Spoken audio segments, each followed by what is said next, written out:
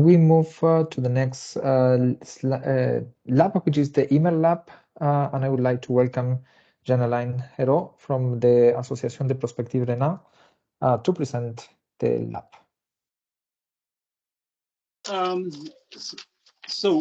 The project is called Immer, Increasing Municipal Mobility and Energy Resilience. It is a project between Strasbourg in France and Kehl in Germany. So on the second slide, I present the background. The perimeter is, I think, relatively original because we focus on a cross area perimeter. And we want to take advantage of having metropolitan area that is scattered around a river, which is a national border.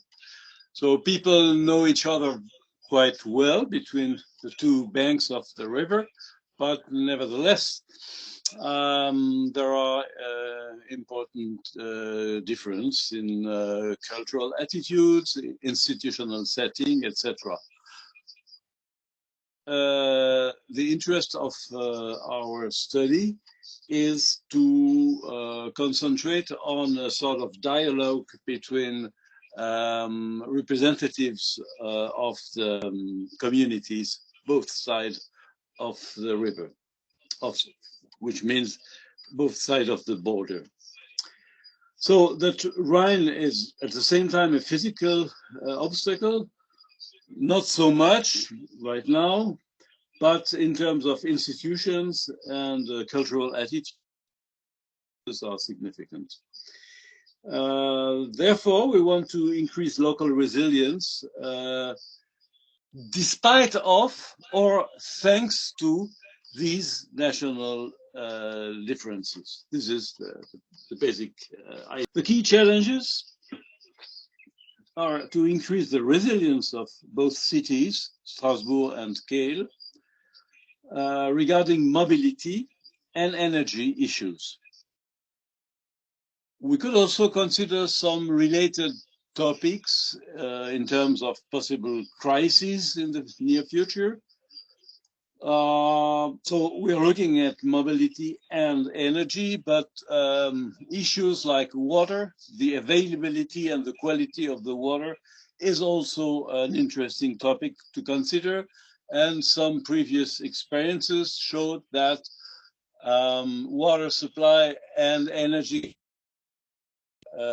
two systems that are relatively strongly related. The idea is to understand better how far the context of a border between two European countries may influence the performance of resilience-related foresight. The methodology. We try to identify the main challenges as perceived by the local stakeholders in France and Germany in this local perimeter. And for that, we will have meetings between representatives of the municipalities and also of the some big firms and organizations that take care of the territory. Supply of electricity, etc. We will see how the framing and the deepening of this challenge can be observed, and we hope to derive some disruptive scenarios through these meetings, and to prototype solutions for local, and also suggestions for private companies' strategies, because we also want to have the private sector associated with this reflection. Of course, private sector that is relatively implemented in the local system, in the municipality, in the municipal agglomeration. The team. So we are two main institutions, research institutions in this project.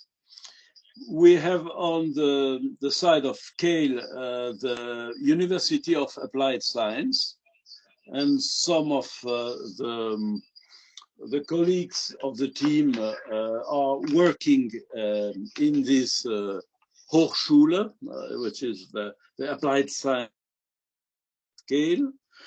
And on the French side, we have an association which is called APR, Association for the Foresight and Regional Issues.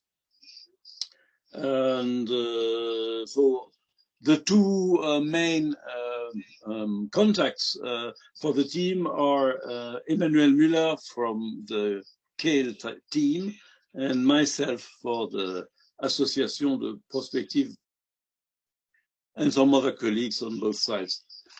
And in the team, we have 7 people.